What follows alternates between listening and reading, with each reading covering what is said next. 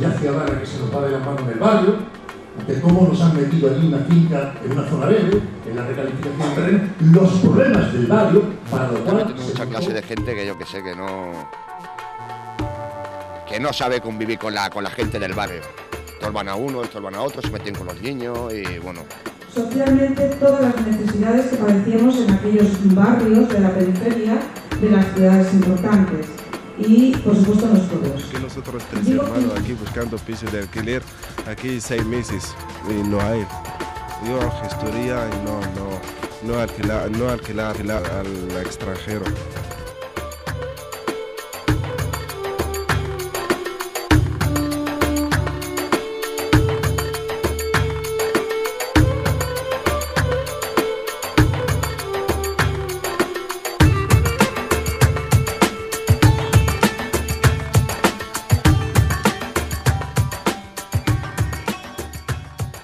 Como hemos visto en capítulos anteriores, no nos vale cualquier metodología que se llame participativa. Hay que demostrarlo con hechos. Primero debe haber una predisposición autocrítica de los que protagonizan su inicio para aceptar las preguntas y las agendas de las otras partes. Segundo, que los procesos se hayan abierto más allá de las instituciones y las asociaciones, llegando a la gente no asociada para así conformar amplios conjuntos de acción.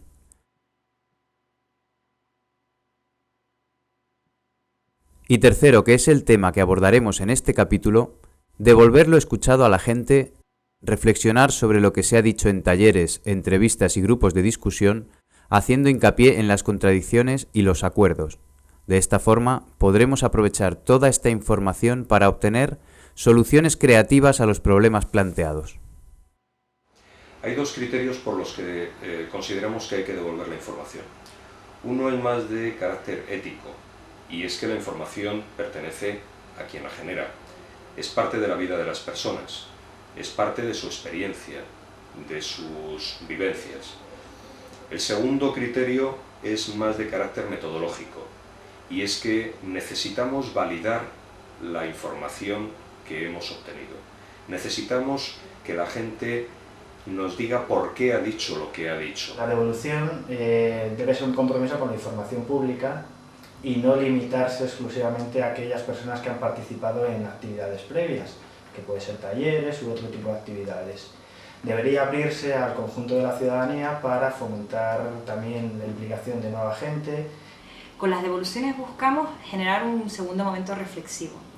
De lo que se trata es de presentar a la gente lo que ella misma ha dicho, y lo hacemos a través de los acuerdos, las contradicciones que se han detectado, que han surgido en el diagnóstico, y a través del debate y de esa segunda reflexión para generar mayores consensos y, en definitiva, además de validar lo dicho, de lo que se trata es de implicar a más gente en un proyecto común. Otro de los objetivos de las devoluciones es abrir nuevos planos de interpretación de la realidad.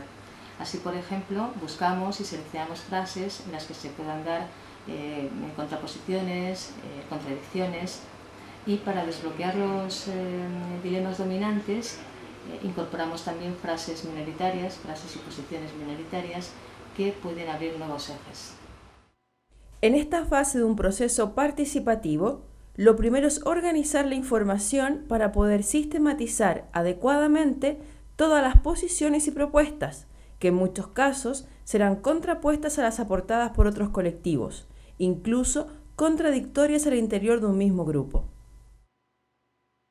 No se trata de convertir en cientistas sociales a la gente de un barrio o de un movimiento social, sino que los profesionales ayuden a hacer más manejable la gran cantidad de información existente. Hay muchas técnicas para organizar lo que dice la gente o lo que decimos nosotros mismos en talleres o reuniones. Son conocidos los DAFO, la espina de pescado, el árbol de problemas y los análisis de contenidos.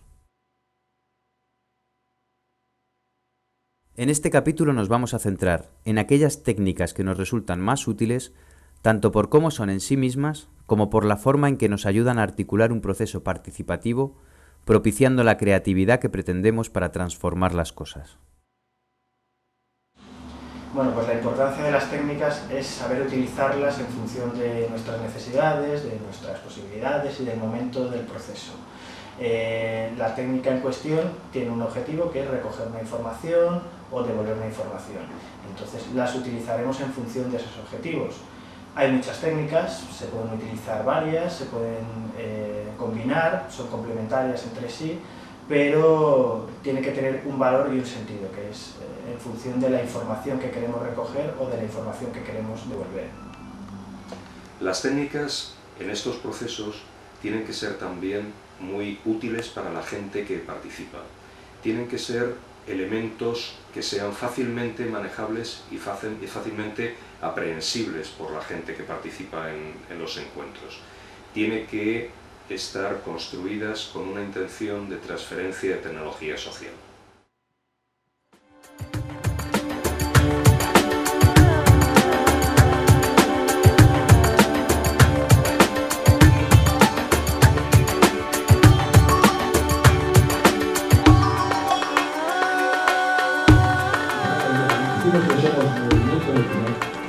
Reflexionar en la idea de movimiento. Muchas veces sepa la gente, nuestras fiestas que tenemos, o hablamos de una ciudad, de Rumanía. Ha habido bastante afluencia de gente porque las devoluciones, o sea, de contarles todo lo que se ha ido haciendo durante el proceso. A lo largo de nuestra investigación serán muchas las entrevistas, talleres y encuentros que realicemos, por lo que tendremos una gran cantidad de información sobre las visiones, opiniones y demanda de la gente acerca de la problemática que estemos abordando. Al final de los autodiagnósticos nos encontramos con un montón de información generada a partir de la realización de entrevistas individuales, grupales, de los talleres, de las derivas. ¿Qué hacemos con toda esa información? En las devoluciones no se trata de devolverla, de entregarla toda, sino de organizarla y sistematizarla para devolverla de manera precisa y concisa, ¿no? A través de imágenes, a través de frases, que permitan generar un análisis con la gente, un análisis más profundo. Pero no todo lo que se dice nos sirve del mismo modo. Es más, gran parte de lo que dice la gente guarda un alcance mucho más rico que las propias palabras con que se expresan. En este sentido, el análisis de los contenidos es una técnica que nos permitirá no solo sistematizar la información que hemos recopilado, sino también, y mucho más importante, conocer qué hay detrás de las visiones individuales y los discursos preestablecidos para así acercarnos a los discursos y posturas colectivas. El análisis de los discursos, lo que nosotros tenemos que buscar, como decía anteriormente, serían las representaciones colectivas y la estructura grupal que se articula en torno a una problemática. O dicho de otra manera, nosotros tenemos que conocer, además de qué se dice en relación a una problemática determinada, tenemos que conocer también cuál es el fundamento, la base en la que se sostiene esos decires, por qué se dicen esas cosas y no se dicen otras, por qué se sostiene una realidad y no se sostiene otra realidad. En este sentido, el análisis de los discursos nos va a ayudar, como decía anteriormente, a conocer las representaciones colectivas que se estructuran en torno a una idea, a una problemática determinada. El análisis del discurso nos permite ir más allá de las palabras textuales, de lo socialmente deseable. Nos permite leer entre líneas y conocer el denominado discurso oculto, ¿no? Lo que no se dice. Incluso si nos fijamos en la forma de decir las cosas, obtenemos pistas acerca de lo que realmente se quiere decir o se está diciendo. De esta forma, el análisis de discurso nos proporciona 4 niveles de información. La interpretación de fondo nos permite ahondar sobre los significados o mensajes que se encuentran más allá de la literalidad de los discursos expresados. La interpretación temática, es decir, cuáles son los temas que aparecen en los discursos, sobre qué tipos de problemas o situaciones nos habla la gente. La interpretación relacional nos indica sobre qué otros actores se habla y cuáles son las relaciones que se establecen, ya sea de cercanía, indiferencia o enfrentamiento. Y la interpretación posicional, en otras palabras, desde dónde se habla, qué rol o representaciones se atribuye a la gente a través de sus discursos. Toda esta información no la queremos para ser nosotros mismos jueces de una determinada situación problemática. La queremos para devolverla a la gente y que sean ellos mismos quienes construyan propuestas creativas para afrontar los problemas que les afectan. Por eso, de alguna manera, a partir de los análisis de contenido, lo que hacemos es reducir, por ejemplo, a juegos de 4 frases o más frases, lo que a veces decimos tetralemas, o podemos tener en cuenta ahí, veremos flujogramas, veremos distintas maneras, ¿no?, de analizar las posturas principales que se manifiestan por parte de la gente para podérsela devolver a la misma gente, incluso a otra gente que se añada y que quiera profundizar en ello.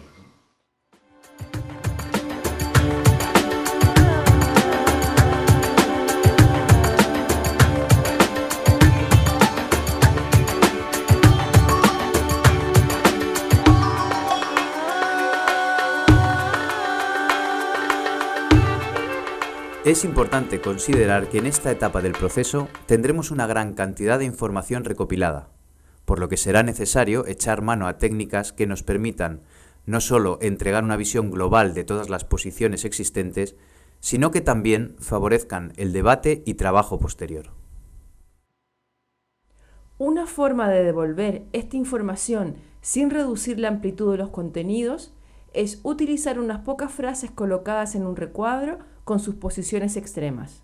Estos juegos de 4 frases, o también llamados tetralemas, nos entregan bastantes posibilidades de realizar un debate creativo, sobre todo porque nos permiten alejarnos de los tópicos más repetidos para abordar otras causas y caminos alternativos. La sociedad está muy acostumbrada a moverse en dilemas, o esto o aquello, blanco o negro, bueno o malo. Entonces, a veces esas posiciones solo en dos lugares contrapuestos llevan a situaciones maniqueas. Una es la buena, la otra es la mala. Por un lado se establece, para cada tema de trabajo, un eje en el cual se reflejan las posturas más recurrentes ejemplificadas con 2 frases polarizadas entre sí. Por ejemplo, dentro del ámbito de empleo, 2 posturas contrapuestas son: los inmigrantes nos quitan el trabajo, frente a los españoles no quieren trabajar en esto. Estas frases conformarán el eje dominante. Muchas veces cuando la gente hace y cuando la gente habla de lo que hace, bueno, pues es esto o aquello, ¿necesitamos policía o no necesitamos policía? Y a lo mejor lo que pasa es que necesitamos otro tipo de policía o otro tipo de trabajadores sociales, otro tipo de educación social o otro tipo de planificadores. La cosa es un poquito más compleja que policía sí, policía no, vamos a entenderlo. Y quedarnos solo encerrado en uno de esos dilemas nos parece reduccionista y pobre, ¿no? Pero también podemos encontrar otras frases y posturas que, si bien pueden ser minoritarias o alternativas, nos aportan nuevas perspectivas para desbloquear los dilemas y las posiciones irreconciliables. En nuestro ejemplo anterior podemos encontrar: no hay trabajo para nadie porque este barrio tiene mala fama, o si trabajamos bien da igual de dónde seamos. Estas frases marcan un eje emergente, otra manera de pensar, más desde el trabajo o la exclusión que desde los enfrentamientos culturales o étnicos. Entonces es buscar ejes emergentes de soluciones minoritarias, pero que se introduce la complejización en la reflexión para no ir a unas soluciones elementales, simplonas, de la guerra, del sí contra el no, quién gana, ¿no? Porque en los dilemas la pregunta no se cuestiona, y en cambio en los tetralemas se cuestiona la misma pregunta. Cuando hablamos de cuestionar la pregunta, nos referimos a que la gente se haga nuevas preguntas y de mayor calado, es decir, indagar sobre los motivos más profundos de una problemática determinada. Así, por ejemplo, si en un debate el dilema está en que necesitamos más o menos policía, lo que realmente hay que abordar es el problema de la convivencia, y el más o menos policía sería una de las muchas alternativas que podemos encontrar.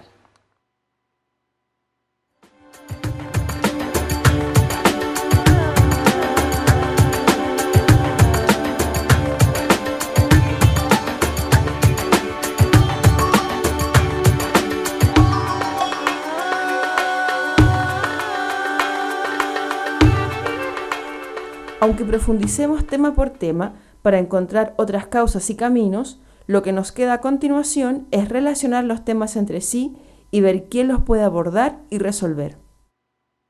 Para esto podemos usar algunas de las formas de hacer flujogramas, es decir, matrices de causa y efecto que relacionan los temas entre sí y los grupos o entidades que los pueden asumir. Porque un flujograma divide los problemas, separa los problemas en grandes, estructuralmente profundos y problemas más coyunturales, y también por otro lado separa los actores que tienen que solucionar esos problemas. El flujograma nos permite buscar las posibles relaciones causales entre los problemas enunciados y visualizar los bloqueos o nudos críticos, es decir, aquellos problemas que concentran el mayor número de causas o efectos y que aparecen como verdaderos cuellos de botella en un proceso. Estos cuadros se pueden hacer de muchas maneras según las necesidades y particularidades de cada proceso. El que presentamos aquí es una forma sencilla de dar continuidad al uso de las frases con las que venimos trabajando. Podemos establecer una primera columna en la que organizaremos a los actores de los conjuntos de acción que habíamos visto en los sociogramas o mapeos ya realizados, solo que ahora los pondremos en orden según su capacidad para resolver los problemas.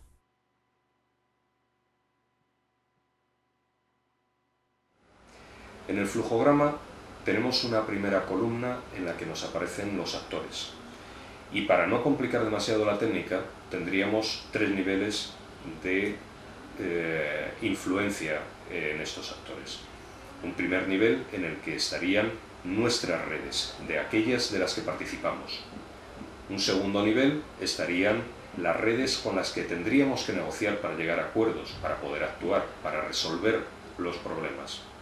Y en un tercer nivel estarían las redes más alejadas, las redes en las que nosotros no podemos influir. Luego se irán estableciendo columnas encabezadas por cada uno de los temas o ámbitos de trabajo que han surgido durante el proceso. Podemos dejar también una columna abierta para otros temas que puedan aparecer en este momento. Pondríamos las 4 o 5 grandes temas que nos preocupan en el proceso que estemos desarrollando. Por ejemplo, siempre hay alguna problemática económica, sería una columna. Siempre hay una problemática cultural, sería otra columna. Siempre hay una problemática de organización, sociopolítica, etc., sería otra columna. Y siempre hay un espacio, un territorio, un tiempo, etc., en donde las cosas se hacen, ¿no? Y eso podría ser otra columna, abierto, que además, bueno, pues para el caso concreto que estemos tratando, pues puede haber otras especificidades concretas con las que podamos abrir otras columnas, ¿no? En cada una de estas columnas se ubican aquellas frases que han surgido en los análisis anteriores y que dan cuenta de los problemas detectados. Es importante que estas frases sean anónimas para discutir sobre su contenido y no sobre quienes las propusieron. Para resguardar esto y otros aspectos importantes en la realización de los talleres, la actuación del técnico será fundamental. Para mí, el papel fundamental del técnico es el del facilitador del encuentro, de propiciar que todo el mundo hable, que nadie se sienta coartado, que nadie se adueñe del discurso, o sea, del turno de palabra. En definitiva, es un papel de dinamizador, de provocador, ¿no? De lo que se trata es de generar debate y de fomentar la creatividad de la gente que está ahí. Una vez que se han ordenado las frases, se pasa a relacionarlas entre sí, trazando flechas que señalen la relación de causa o efecto que existe entre ellas. La maraña de flechas se irá incrementando hasta que todas o casi todas las posiciones tengan alguna relación con otras.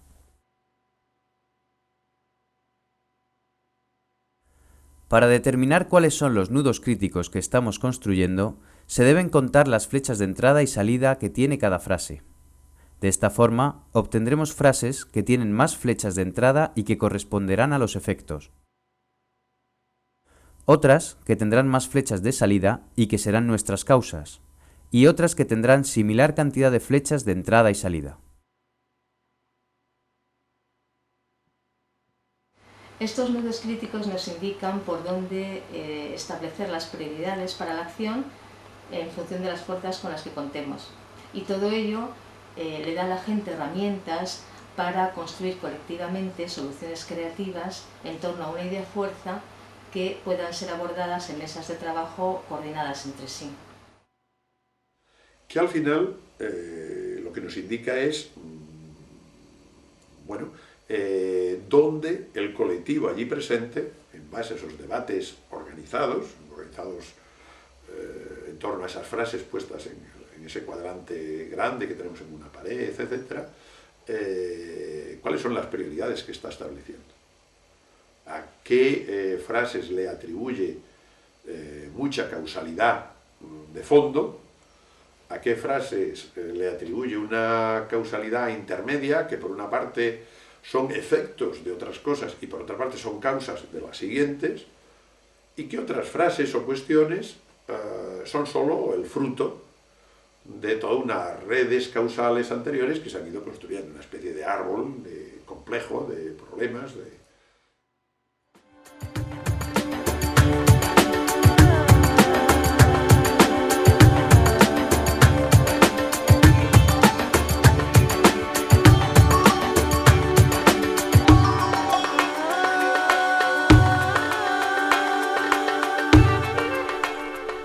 Todas estas técnicas deben tener siempre presente que el objetivo principal es pasar de los autodiagnósticos a las propuestas operativas. Es por esto que debemos abrir los autodiagnósticos a la mayor cantidad de colectivos y grupos involucrados, para que se vayan creando conjuntos de acción, sujetos colectivos, movimientos y redes con capacidad de protagonismo compartido. Llegados a este punto, nos acercamos a un momento decisivo dentro de un proceso participativo, que es pasar de los debates de grupos y sectores singulares a la formulación de propuestas colectivas. Si buscamos ejes emergentes y detectamos nudos críticos, es porque sobre ellos vamos a proponer las ideas fuerza. De hecho, en muchos juegos de 4 frases y talleres de flujogramas ya aparecerán poco a poco las directrices generales y las propuestas de acción, con las que se